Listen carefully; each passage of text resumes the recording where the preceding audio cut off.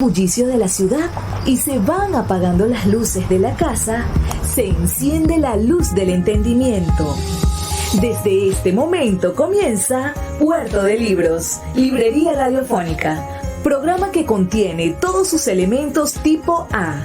Puede ser escuchado por niños, niñas y adolescentes sin la supervisión de padres, madres o representantes. Comienza Puerto de Libros, Librería Radiofónica. Bienvenidos a Puerto de Libros, Librería Radiofónica. Les habla Luis Peroso Cervantes, quien de lunes a viernes de 9 a 10 de la noche trae para ustedes este espacio a través de la Red Nacional de Emisoras Radio Fe y Alegría, 23 emisoras conectadas para llegar a sus hogares con buenos libros, con literatura y con excusas maravillosas para el encuentro con el debate intelectual, porque ejercer el intelecto, es decir, leer, escuchar música, ver arte, reflexionar sobre lo que nos sucede cada día, es lo que nos convierte en el ejercicio de intelectuales. Y usted y yo y todos los habitantes del país que nos dediquemos a ejercitar ese espacio del ser que es el intelecto, podemos en algún momento tener el gusto de decir que estamos intelectualizando, que somos intelectuales y que vamos a hacer de esta nación una nación un poquito más intelectual, un poquito menos pasional, arriesgada, sin duda una nación que sufre de no tener tantos intelectuales o no, de no haber tenido intelectuales en el poder. La noche de hoy tendremos un programa bastante interesante, tenemos un invitado muy especial, es un arquitecto zuliano, nuestro estimadísimo profesor Pedro Romero, a quien le damos la bienvenida a este programa número 410 de Puerto de Libros, Librería Radiofónica. Por favor, profesor, un mensaje, un saludo para nuestra audiencia en la Red Nacional de Emisoras Radio Fe y Alegría. Sí, buenos días. Encantado de compartir en esta vía de comunicación sobre temas trascendentes en el área cultural, como bien señalabas, del hacer intelectual venezolano. Encantado pues de tener esta oportunidad y poder llegar a tantos espacios de nuestro país. Pedro Romero nace un 1 de febrero del año 1950. Es arquitecto de la Universidad del Zulia, graduado en el año 1975, con apenas 25 años. Ha ejercido como profesor universitario, como gerente y dirigente gremial. Realizó una especialización en acondicionamiento ambiental. Fue profesor titular de la Universidad del Zulia en su facultad de arquitectura, adscrito al Departamento de Ciencias Humanas, a Teoría y Crítica de la Arquitectura, donde además se desempeñó como director de la Escuela de Arquitectura y supongo también profesor de la cátedra, por supuesto. Desarrolló también actividades como jefe de la sección de Patrimonio y Turismo del Instituto de Investigaciones de Arquitectura y jefe de posgrado de los cursos de conservación y rehabilitación de patrimonio cultural y gestión y administración del patrimonio cultural. Es profesor honorario de la Escuela de Arquitectura de la Facultad de Ingeniería de la Universidad Autónoma de Santo Domingo, vicepresidente académico de la Asociación de Profesores de la Universidad del Zulia, de APUS, y fue también presidente del Centro Rafael Urdaneta durante el periodo 1995-1996. Este es un abrebocas de su extenso currículo propio que estaremos conversando durante la noche de hoy, pero sí me interesa, creo que es primera vez que entrevisto a alguien que nació en el año 1950. Es un año por demás curioso. Está el momento histórico de sus padres, tenerlo en ese momento. Cae el primer gobierno democrático en el 48, a finales del 48.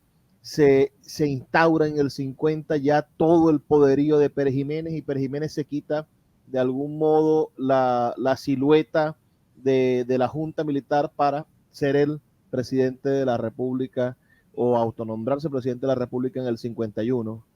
Evidentemente usted no recuerda nada de eso, pero sí tuvo una infancia en el marco del perjimenismo. ¿En qué ¿Dónde se encuentra el primer recuerdo de Pedro Romero sobre Venezuela, sobre esa identidad venezolana que, bueno, en el perjimenismo quizás era muchísimo más abundante por aquel uso nacionalista de los símbolos patrios? Pero cuéntenos su experiencia más personal. ¿En qué momento se siente Pedro Romero venezolano? ¿Empieza a sentirse? Bueno, mira, un poco en esta primera relación que señalas, ¿no? Como tantos otros, soy hijo de un venezolano de mi mismo nombre que vino navegando desde la isla de Margarita, atraído por el momento petrolero nacional. Recordemos que el petróleo es la base, diría, del último siglo de nuestra historia nacional. Bueno, de hecho, en este diciembre, el 14 de diciembre, se cumple el centenario del Barroso. Bien, se asienta en el estado Zulia y en consecuencia nazco y mis primeros pasos en el ámbito de los campamentos petroleros. Hacía referencia a ese momento de 1950, pues además del hecho de la impronta petrolera, el hecho político, ¿no? Ya cuando ocurre el tránsito a la democracia en el 58 con la caída de Pérez Jiménez, ya soy un niño de 8 años y recuerdo el momento en el sentido de la significación que tenía para los adultos. Uno veía en las agrupaciones, en las personas, las expresiones, que ocurría algo de importancia trascendental para el país. Y también porque ocurrió, ¿no? Muchas dependencias o instalaciones, inmuebles identificados con el gobierno saliente, pues fueron saqueadas. De esos elementos tengo vagos recuerdos, pero sí de la impresión de esa situación. Y ese es ¿Vivía un usted en tránsito. Lagunillas en ese momento? ¿Era un niño que vivía en la costa oriental del lago? Exactamente, en el campamento petrolero de la Grande Oil Company, donde trabajaba mi padre. Y allí residí hasta los 18 años, que bueno, vengo a la ciudad capital, a Maracaibo, para iniciar mis estudios universitarios. Usted fue entonces quizá uno de estos niños, hijos de la industria petrolera. Esa manera en la que la industria petrolera permeó y le dio de alguna forma dignidad habitacional, porque esos campos petroleros, bueno, para los obreros petroleros habían casas dignas, en cambio fuera de la pared del gueto petrolero se encontraban los cinturones de miseria. Miguel Ángel Campos lo asienta en sus reflexiones acerca del desarrollo de la industria petrolera.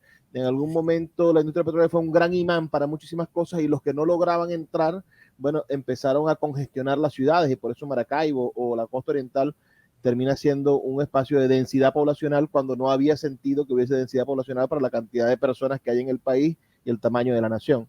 Pero, ¿en qué cree que podría diferenciarse la educación o la formación de un joven que crece en el campo petrolero al que podía haber crecido en la ciudad? Cuando usted vino a Maracaibo, ¿qué diferencias vio?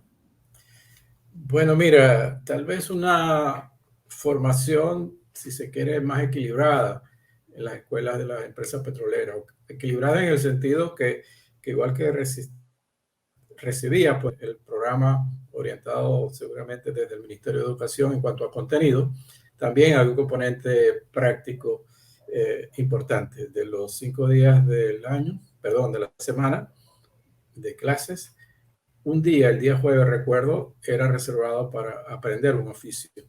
Y en ese sentido, la empresa tenía dotado un excelente taller de carpintería con pues, los maestros que tenían las habilidades suficientes para transmitirle estas destrezas a los alumnos. Así que muy niños. Incluso uno sale de primaria a los 12, 13 años y ya uno salía dominando una práctica artesanal. En mi caso fue la carpintería, cosa que todavía practico. Y además de eso, no olvidemos que no es exagerado señalar que la modernidad en Venezuela no llega de la mano del petróleo. O sea, Venezuela era apenas un país donde solo el 17% de su población en las primeras décadas del pasado siglo pues residía en ciudades y hoy en día somos de los más urbanizados de Latinoamérica. Cerca del 90% de la población venezolana reside en ambientes urbanos. Y ese es un tema que también me marcó de forma importante, es decir, entender y haber vivido en esa nuevos criterios de urbanización absolutamente distintos a los precedentes, donde definitivamente ya se trata de un urbanismo moderno, tal vez dentro de lo que se puede reconocer como vivir en suburbios, suburbios en el sentido no peyorativo, sino fuera del ámbito central de una ciudad, ¿no? De sus complicaciones y densidades, ¿no? Que es bien, bien importante. Eso significó para la ciudad capital nuestra, Maracaibo, por un lado, el establecimiento de colonias. El componente gerencial de las industrias petroleras se instala en Maracaibo por relaciones obvias, ¿no? Y son las colonias de Licia, donde está las Lara, la Lago, donde está el Hospital Coromoto, y la Bellavista, donde está el Teatro de Bellas Artes, por ejemplo, o la Escuela Bellavista. Entonces, esa es la primera impronta que recibe la ciudad de un urbanismo distinto, de un urbanismo de otras características. Y el campamento, obvio, porque si bien en Maracaibo persistía una infraestructura urbana, en la costa oriental no. Entonces las empresas tuvieron que generar, a través de la conformación de campamentos, las condiciones adecuadas para poder soportar a la población que demandaba la industria petrolera. Claro, vamos a hacer una pequeña pausa para escuchar los mensajes de Radio Fe y Alegría, pero antes de hacer la pausa me gustaría invitar a quienes nos escuchan a que nos envíen sus comentarios al 0424-672-3597, 0424-672-3597. Estamos conversando esta noche con el arquitecto venezolano Pedro Romero, profesor universitario de nuestra Universidad del Zulia, que ha dedicado su vida al rescate de la infraestructura patrimonial, al estudio del valor de estos espacios y sobre todo también a la docencia y a la investigación en el mundo arquitectónico. Vamos a hacer una pequeña pausa de 2 minutos y ya volvemos con más de Puerto de Libros, Librería Radiofónica. Escuchas Puerto de Libros con el poeta Luis Peroso Cervantes. Escuchas Puerto de Libros con el poeta Luis Peroso Cervantes. Síguenos en Twitter e Instagram como @Librería Radio. Seguimos en Puerto de Libros, Librería Radiofónica, esta noche con el arquitecto venezolano Pedro Romero, nacido en el año 1950, profesor de la Universidad del Zulia. Como les comenté, fue presidente del Centro Rafael Urdaneta, que es una empresa del Estado venezolano que coordina las acciones patrimoniales de rescate y preservación del casco histórico de la ciudad de Maracaibo. También fue coordinador del preinventario del patrimonio cultural del Estado Zulia en el año 1996, coordinador del inventario de patrimonio cultural del Zulia del 97, comisionado especial del Instituto de Patrimonio Cultural del Estado Zulia entre el año 1999 y el 2007, presidente del Instituto de Patrimonio Cultural, el ente rector nacional entre el año 2001 y 2004. Este es quizás, profesor, me corregirá usted, el cargo de servicio público más destacado a nivel nacional que usted ha prestado, siendo presidente del Instituto Nacional, del Instituto de Patrimonio Cultural de la Nación, ¿es cierto? Sí, diría que sí, pues es una responsabilidad, como bien señalas, de un ente rector nacional. Participé de otros entes nacionales, pero acompañando directivas, por ejemplo, caso del Consejo Nacional de la Vivienda, entre otras instituciones de nivel nacional.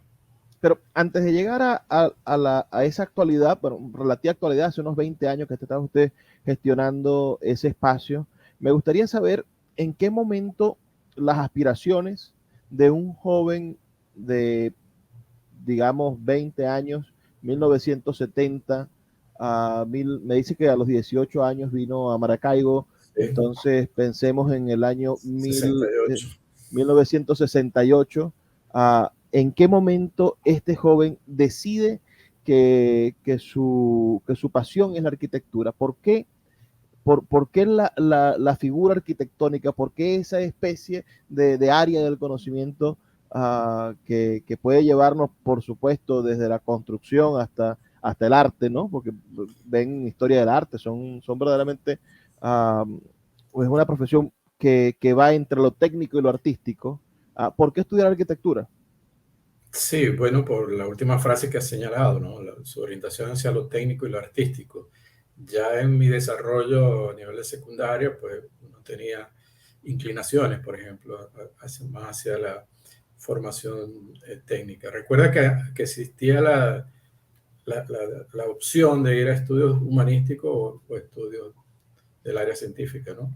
Y opté por esta, que para mí tiene un carácter práctico importante. Como bien señalaba, la formación del arquitecto, y tal vez eso me define de alguna manera, es bastante integral. ¿En qué sentido? Pues requiere, por un lado, ser un intelectual para poder fundamentar y concebir sus propuestas, ¿no? Y para que esas propuestas sean viables, factibles, necesita el desarrollo de una técnica que le haga factible o posible concretar esos sueños de intelectual, si quiere, ¿no? Y eso termina reflejándose en una expresión estética. En ese sentido, la arquitectura de alguna manera puede ser referida y entendida como una expresión de arte. Entonces, tal vez ese criterio, si quieres, más integral de la formación del arquitecto fue uno de los atractivos para optar por esta carrera. En el año 1975, cuando usted se gradúa, pasan también cosas interesantes en el país. Bueno, la bonanza petrolera de los años 70, el está barato, dame dos del venezolano viajando al extranjero. En el 76, 75, 76 se da la nacionalización petrolera. ¿Cómo vive usted esos años en la juventud? ¿Cree que el país está dándole una especie de bienvenida? ¿Se sentía usted optimista?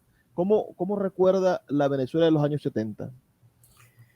Bueno, abierto a las expectativas, ¿no? Ya había transcurrido algo más de una década de la experiencia democrática y todos los indicadores nos señalaban que Venezuela iba en un rumbo definido hacia un estatus, pues yo diría de mayor conveniencia o bienestar.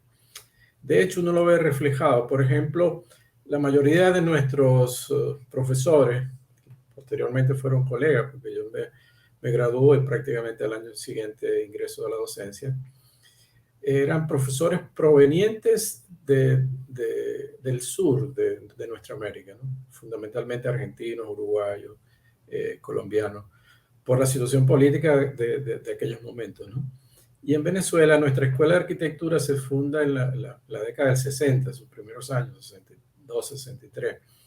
Y esa época de pleno auge del comienzo del periodo democrático, pues había mucha demanda de trabajo para el arquitecto. Entonces los arquitectos nacionales, los residentes en Caracas sobre todo, no se sintieron atraídos por la oferta académica de la Universidad del Zulia. Y esa oferta es cubierta entonces por estos profesionales que nos dieron un gran aporte, no solamente en el área de la arquitectura, en distintas disciplinas de la Universidad del Zulia, ¿no?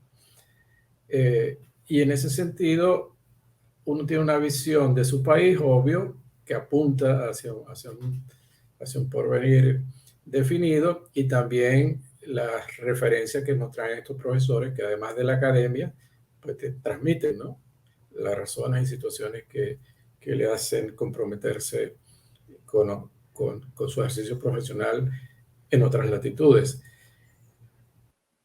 Para mí eso fue una experiencia enriquecedora porque tenías como las dos percepciones en dos momentos, ¿no?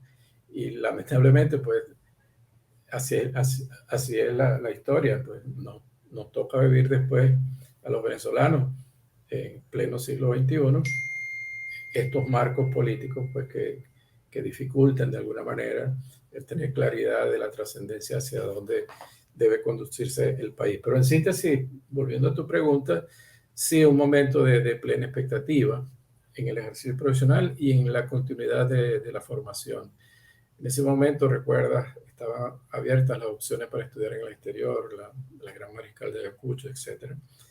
Y muchos egresados pues optaron por esa vía para alcanzar sus especialidades.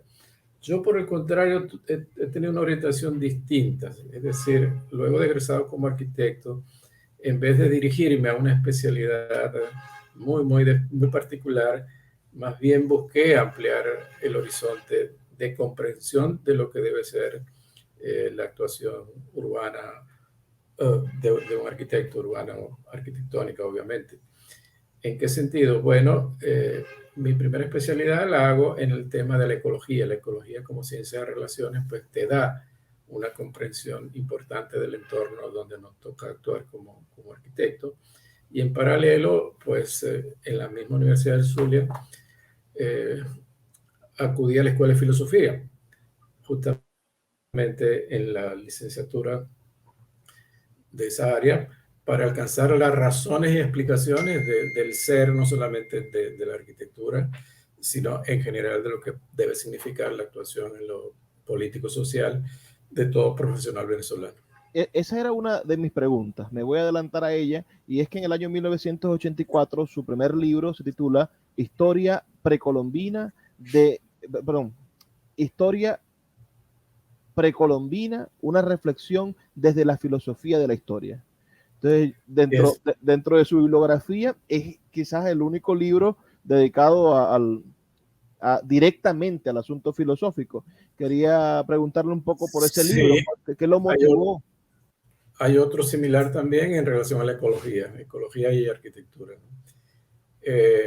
Sí, como explicaba, es tratar de entender y conseguir el sustento de la práctica, ¿no? Lo de historia precolombina me vino por una experiencia de Corpo Zulia.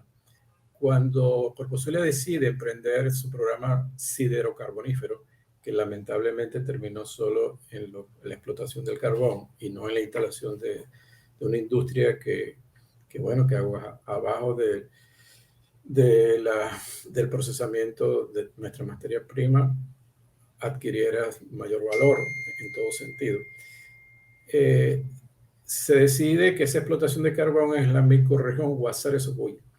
Y durante la gestión del doctor Fernando Chumaceiro se establece el llamado Programa de Arqueología de Rescate, que para mí ha sido una de las experiencias en el área antropológica, arqueológica más importantes de la región. Aquí tendría que acotar que desconozco las razones exactas, pero que en la Universidad del Zulia, los estudios como carrera de la antropología, de la cual devienen los arqueólogos, están tardía, a pesar de ser una región, la cuenca del lago de Maracaibo, de comprobada presencia de testimonios prehispánicos arqueológicos, ¿no? La presencia de etnias, tanto en la península de La Guajira como el Piedemonte y en la montaña de la serranía de Perijá.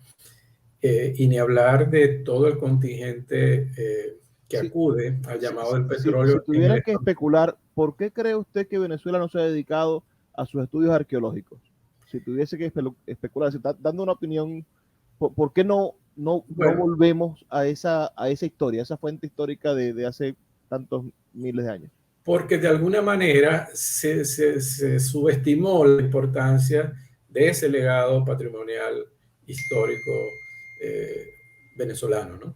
Venezuela fue una capitanía general en la colonia, no fue un virreinato como lo pudo ser Perú, como lo pudo ser México, ni tiene el nivel de desarrollo precolombino a las altas culturas pues, del altiplano o de México. Entonces siempre se subestimó de alguna manera la importancia de ello. Pero siempre, si lo ves de forma aislada, tal vez sea cierto que nuestros niveles de desarrollo en lo prehispánico no tengan esa trascendencia que tuvo en esos lugares emblemáticos de nuestra América. Pero si hay una comprensión global, por ejemplo, de todo el fenómeno de ocupación y desarrollo del territorio americano prehispánico, le tienes que dar una importancia relevante a Venezuela. Por Vamos a hacer ejemplo, una pausa, profesor. sí, Disculpe que lo interrumpa. Tenemos que escuchar los mensajes de Radio Fe y Alegría. Son perfecto. solamente 2 minutos. Estoy cada vez más emocionado con esta entrevista. Me interesaría que nos quedáramos hablando solamente de los descubrimientos arqueológicos y hacia allá vamos en el siguiente segmento para que continúe, por favor, con su relato de la búsqueda de ese origen de su primer libro que habla sobre la historia precolombina de, de, de nuestra América, por supuesto. Ya volvemos con más de Puerto de Libros, Librería Radiofónica. Escuchas Puerto de Libros con el poeta Luis Peroso Cervantes. Síguenos en Twitter e Instagram como @Librería Radio. Seguimos en Puerto de Libros, Librería Radiofónica, esta noche con el maestro, el profesor universitario, arquitecto, especialista en patrimonio, Pedro Romero. Profesor, su primer libro, 1984, Historia precolombina, antes de que llegara Colón, uh, nos comentaba que nació en base o gracias a un trabajo que usted emprendió para Corpo Zulia cuando Fernando Chumaceiro era presidente de Corpo Zulia y le tocó dirigir una comisión para el rescate arqueológico de alguna muestra arqueológica de los pueblos indígenas. No exactamente así, es decir, se tenía conocimiento que en el área destinada a la explotación de carbón, la microrregión Guasare-Socuy, habían evidencias importantes de testimonios arqueológicos, ¿no? Desde sitios de habitación, sitios funerarios, estaciones de petroglifos. Eso había sido evidenciado, por ejemplo, por José María Cruzen. Cruzen excava el sitio de Rancho Peludo, allí en el río Guasare, muy cerca a la población allí de Carrasquero. Y entonces se decide, antes de comenzar la explotación, con una clara visión del alcalde Chumaceiro, para el momento presidente Corpo Zulia, que había que hacer una exploración previa a la explotación del carbón para rescatar esos elementos. Y de hecho se llama Programa de Arqueología de Rescate. Yo me integré como un elemento más del programa desarrollado, también dirigido por argentinos. Recuerda que comenté que no teníamos acá una tradición en esa área. Víctor Núñez Rigueiro y su esposa María Tartuce. Y me incorporo allí. ¿Me incorporo para qué? Bueno, me incorporo desde el área de la ecología. Recuerda que te indiqué que era nuestra primera especialidad. Y en ese sentido, mi participación se limitaba principalmente a establecer las condiciones ambientales en las cuales estaban localizados esos sitios. Y de alguna manera sirviera para la prospección de futuros sitios, ¿no? Esa fue la experiencia. Y comentaba que si uno ve o compara los desarrollos culturales, obviamente hay una distancia muy grande entre lo ya comentado. Pero la teoría de Osgood, por ejemplo, que aunque es una teoría ya seguramente superada y mejorada, de la H, en la cual los dos elementos de la letra H serían las culturas centroamericanas y las culturas que se dan al sur de América, y que Venezuela tuvo que ser esa línea horizontal que une las dos barras de la H por una serie de tránsitos culturales que debieron ocurrir y que tienen pleno sentido.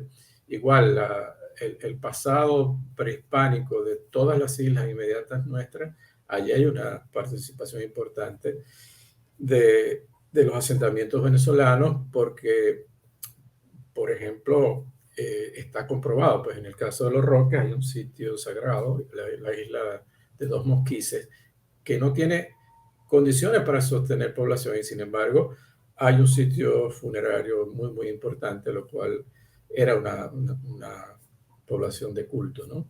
Es un sitio de culto. Esto lo exploraron muy bien Magdalena Arzac y su esposo, arqueólogos polacos que vienen a Venezuela, estudian todas las culturas del lago de Valencia prehispánica y establecen en ese sentido cómo fue el proceso de colonización de las islas desde Venezuela, ¿no? Y por su parte, Cruzen, cuando uno va a Falcón, toda la zona de Falcón, lo que tiene que ver con Urumaco o más allá de La Vela, el Jobo fueron sitios importantes, ya no solo arqueológicos, paleontológicos, es decir, faunas del último periodo cuaternario, donde Crutzen evidencia presencia de fauna cuaternaria, mamut, por ejemplo, asociado a elementos culturales, punta de flecha.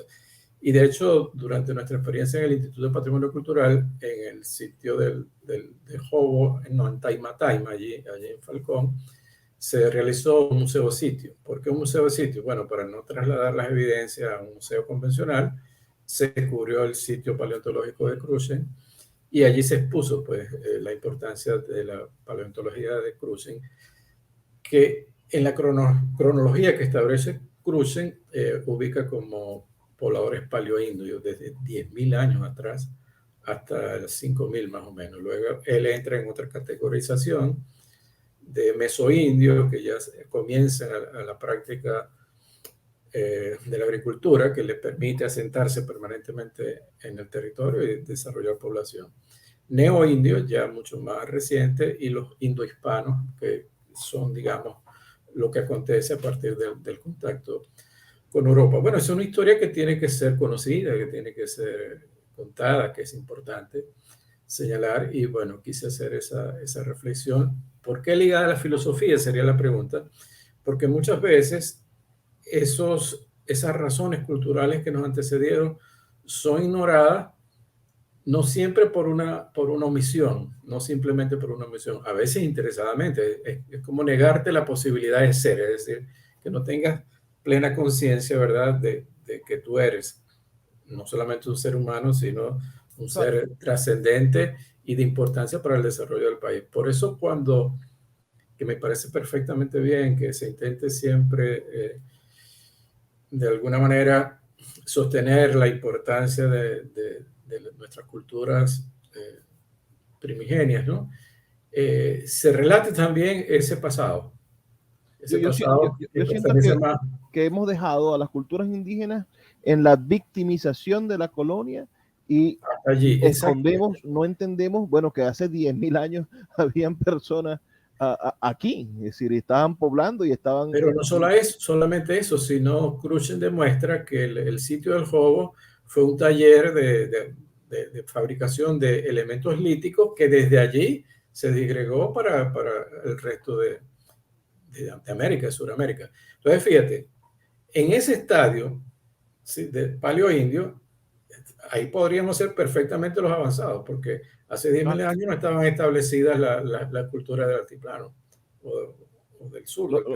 Los sumerios no estaban construyendo sus primeras pirámides cuando aquí ya se estaban haciendo litos. En ese sentido, pues, pasearte en todo el espectro es lo que te da una valoración más objetiva de la significación de nuestro pasado prehispánico. Y no solamente comparar los niveles de desarrollo alcanzados por la cultura americana al momento del contacto con Europa. No sería objetivamente lógico, ¿no? 1998, y disculpe que haga un salto de tiempo entre 1984 hasta el 98, pero es la guía que tengo. Publica usted estudio socio-urbano de los campamentos residenciales de Maravén en Lagunillas. Y ahora no puedo dejar de asociarlo con lo que me dijo, que usted creció desde su nacimiento hasta sus 18 años en las Lagunillas petroleras. Es una manera técnica de volver al pasado. Eso fue un requerimiento de la empresa que quería conocer con exactitud las condiciones de los campamentos, ¿no?, para el momento de esa consulta. Pero previo a eso, desde la Facultad de Arquitectura, desde el Instituto de Investigaciones, tuve la responsabilidad de tener adelante lo que tiene que ver con la investigación en el área de patrimonio cultural. De alguna manera, los integrantes de ese equipo de investigación, pues como dividimos los esfuerzos o las etapas, ¿no? Entonces, algunos estudiaron el siglo XIX, otros principios del XX, y yo decidí estudiar el momento petrolero, porque, insisto, es el momento del último siglo venezolano que nos define plenamente a lo que somos en la actualidad. Entonces allí estudio el urbanismo y la arquitectura petrolera. De hecho, tengo 2 libros. Uno se llama La arquitectura del petróleo Y para la empresa Shell realicé uno en el centenario de su, digamos, su presencia en Venezuela, que se llama Paisaje Petrolero Venezolano, donde recojo todo lo que es desde el punto de vista de la ocupación del territorio, pasando por el urbanismo y la arquitectura, lo que fue esa presencia y experiencia del O hecho sea, petrolero. Y, tenemos en el perdón, 98, tenemos en el 98 los estudios residenciales de Maravén en Lagunillas. En el 99 publica el estudio de los campos residenciales petroleros de toda Venezuela. sí, También en el 99 trabaja con los campos residenciales de PDVSA y Tecpetrol. Y en el año 2000, y aquí me corregirá usted, su siguiente libro es Pueblos del Petróleo. ¿A qué define usted como Pueblos del Petróleo? bueno, Pueblo del Petróleo no fue exactamente un libro, es un artículo dentro de una revista del Ministerio de Cultura, no me viene ahora el nombre, pero pueblos del petróleo son pueblos que nacieron a partir del hecho petrolero o que persistían, obviamente, y se asentó allí la actividad petrolera, ¿no? Y cómo ese impacto o esa relación entre lo establecido y lo impuesto por la experiencia petrolera nos trajo hasta el presente, ¿no? Una arquitectura poco estudiada, mal valorada, que yo creo que hoy en día es perfectamente vigente. Seguramente has oído hablar de arquitectura bioclimática, entendida como aquella arquitectura adecuada a una condición de un determinado lugar desde el punto de vista ambiental y climático, que demanda una menor cantidad de energía para funcionar apropiadamente. Pues justamente todas esas características están presentes en la arquitectura petrolera. Es decir, convive allí con perfecta sabiduría en la solución técnica y de diseño una arquitectura coherente con la condición ambiental del lugar. Yo diría también que de alguna manera con la condición social del lugar, porque tiene ciertas características que las hace perfectamente vigentes para solventar situaciones de carencia de viviendas actuales, por ejemplo. Fruto Villa falleció lamentablemente hace poco, una larguísima obra, estoy terminando un trabajo sobre él. Pude compartir con él momentos bastante cercanos por la relación profesional y un nivel de amistad, ¿no? Lo que Fruto llama árboles para vivir, lo llamaba árboles para vivir. Sin duda, en mi trato con Fruto, hay una relación muy, muy importante en esa apuesta arquitectónica de Fruto que está relacionada con la tradición de la arquitectura del petróleo. De hecho, cuando me presenta uno de sus árboles para vivir, me lo presenta más o menos en estos términos. Aquí tienes tu arquitectura del petróleo, porque hay muchos elementos de sistematización, de concepción espacial, climática, que puedes identificar en esos dos elementos. Vamos a hacer una pausa, profesor. Son solamente 2 minutos para escuchar los mensajes de Radio Fe y Alegría y ya volvemos con más de este interesante programa con Pedro Romero, profesor de la Universidad del Zulia, jubilado, hoy presidente de Fundaluz, que es sin duda el Estado. Si hay un gobierno que lo dirige nuestra rectora, bueno, el Estado, la parte monacal es la que lleva Fundaluz, la fundación de la Universidad del Zulia, que tiene a bien cuidar los bienes y las instalaciones y a intereses de la Universidad del Zulia. Ya volvemos con más de Puerto de Libros, Librería Radiofónica. Escuchas Puerto de Libros con el poeta Luis Peroso Cervantes. Síguenos en Twitter e Instagram como @Librería Radio. Seguimos en Puerto de Libros, Librería Radiofónica, esta noche con el maestro Pedro Romero, quien publica en el año 1997 con la gente en ese momento, Lagobén, un libro que no sé qué antecedentes podrá tener y me gustaría muchísimo que usted me los aclarara. Usted publica La arquitectura del petróleo. ¿Qué puede conseguir el lector venezolano? Quizá hoy no consiga el libro, sería muy bueno reeditarlo. Le pongo a la orden Sultana del Lago Editores. Pero, ¿qué puede conseguir el lector de La arquitectura del petróleo? ¿Qué descubre Pedro Romero para nosotros en ese libro? Bueno, descubre dos temas, ¿no? El urbano, los primeros asentamientos urbanos modernos de Venezuela. Tendría que decirte que la primera ciudad moderna planificada de este país es Ciudad Ojeda, decretada por el presidente Lázaro López ante los recurrentes incendios de lagunillas de agua, ¿no? Es un proyecto de Cipriano Domínguez, pero el entorno petrolero de sus campamentos es el entorno de los primeros planteamientos urbanos modernos del país. Eso se encuentra referido en el libro. Igual hay una referencia con más detalle a la arquitectura, a la vivienda y a los edificios relevantes.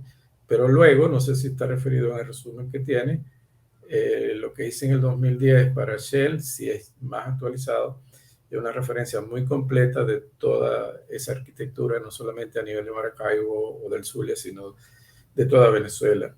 Y dentro de esa misma línea, y sabes que igual que hiciste el diccionario de historia de la Fundación Polar, hay igual una colección que es el diccionario de geografía venezolana, ¿no? En su primer tomo, su primer capítulo, ahí abordo yo el poblamiento venezolano a partir del hecho petrolero, ¿no?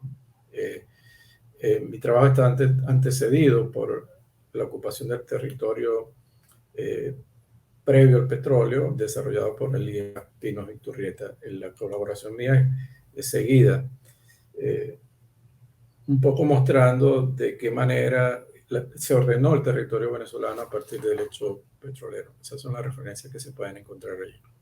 Claro, me interesa otro de sus libros. Usted participó o desarrolló una investigación en torno al puente de Maracaibo General Rafael Urdaneta. Esta es una investigación. A ver, de eso hay varias expresiones que hemos hecho. Comento tres, si nos da el tiempo. El primero, un artículo para la revista Bigot, que titulé El puente que unió dos mundos, ¿no? Y realmente lo que quería significar es que el puente sobre el agua, además de salvar un accidente geográfico, como es la función natural de todo puente, también ocurre en el tránsito del gobierno anterior, la dictadura de Pérez Jiménez, al democrático. Y de hecho, lo sabes bien, parte de la disputa de ese tránsito está en cuál gobierno era más efectivo en la realización de obras de infraestructura. Entonces los pro-perejimenistas sostenían que la versión de Pérez Jiménez era muy superior a la posterior, que se desarrolla en los tiempos democráticos. Pero la verdad es que es el mismo proyecto, el proyecto del ingeniero Morandi, que sí sufrió alguna variación. La variación principal fue que se le suprimió el canal correspondiente a un ferrocarril.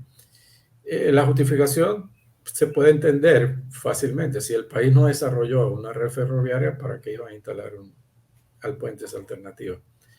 Tendría sentido si en paralelo se hubiese desarrollado, ¿verdad?, la red ferroviaria que hasta el día de hoy. Pues, ahí me pregunto yo, y por eso esta entrevista creo que se nos va a quedar muy corta, me pregunto yo, ¿por qué Venezuela, será por una decisión petrolera, nunca quiso desarrollar la red ferroviaria sabiendo, por el ejemplo europeo, que el ferrocarril abarata los costos de transporte de medicamentos, de alimentos, y hace más fácil, aún comprobado que funciona? Que no podemos trasladar responsabilidades a otros actores. La responsabilidad principal es nuestra, de cómo entendemos y desarrollamos el país, independientemente de los colores de los gobiernos de turno, ¿no?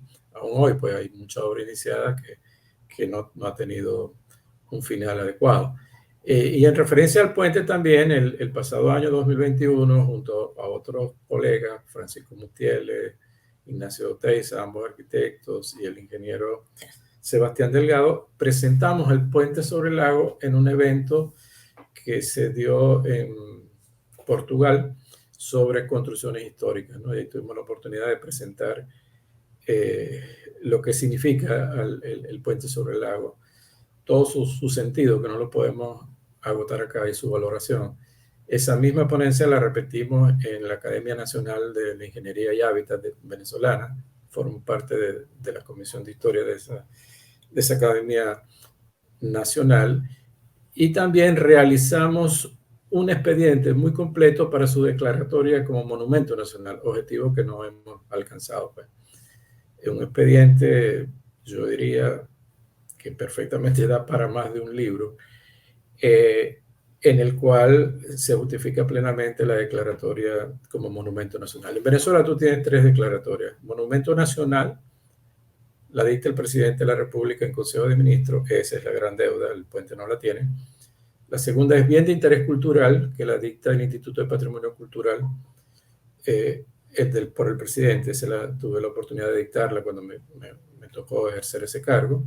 Y obviamente bien de la región, que el gobernador Rosales pues le dio ese reconocimiento este año, pero sigue en deuda el reconocimiento mayor. Esos son los espacios donde hemos entrado en consideración de esta obra monumental.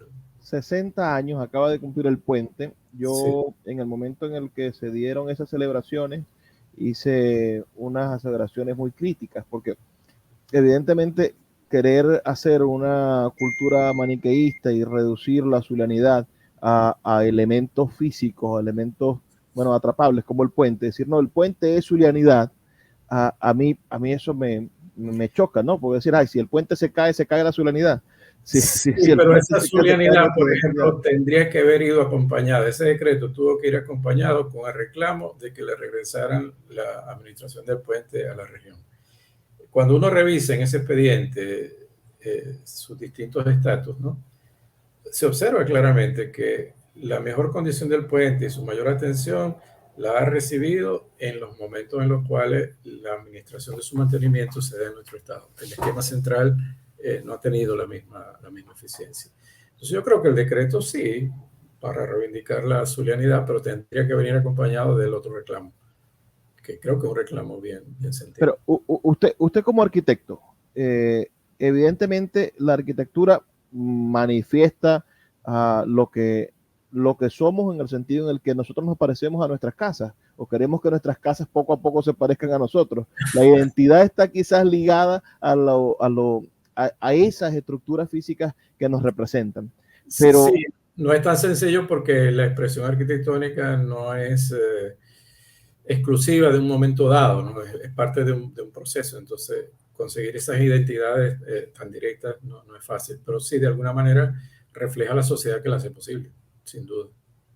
¿cree usted que el puente merece definir la identidad de las personas que lo atravesamos, o cree que es un discurso demagógico, un discurso fácil que han tomado los políticos para definir al zuliano? Es decir, Chinita, Lago y Puente, y a mí me parece que eso es una mentira. Mira, en el fondo. creo que es un argumento fácil, como tú lo llamas, político, porque no ponen de relieve la importancia en todos los sentidos del puente, ¿no? Más allá de esa identidad que puede ser muy superficial.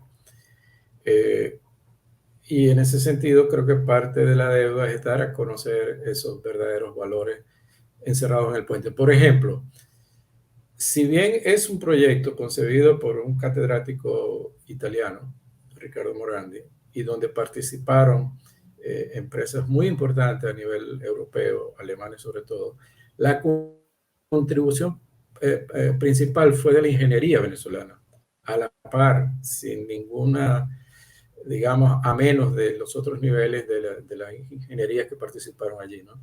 Entonces, poder sentir que no es solamente una obra que está allí, sino que además es producto de una serie de incluso de avances tecnológicos que se desarrollaron y se exploraron exclusivamente para la oportunidad del puente. Sería muy largo señalarlo, pero ya lo podríamos conversar, que lo hacen sin lugar a dudas único. Profesor, entonces, tiene que ir acompañada esa valoración, ese tratar de forzarlo con una identidad local a relacionarla objetivamente con los valores que obviamente nos llevan a su justa apreciación.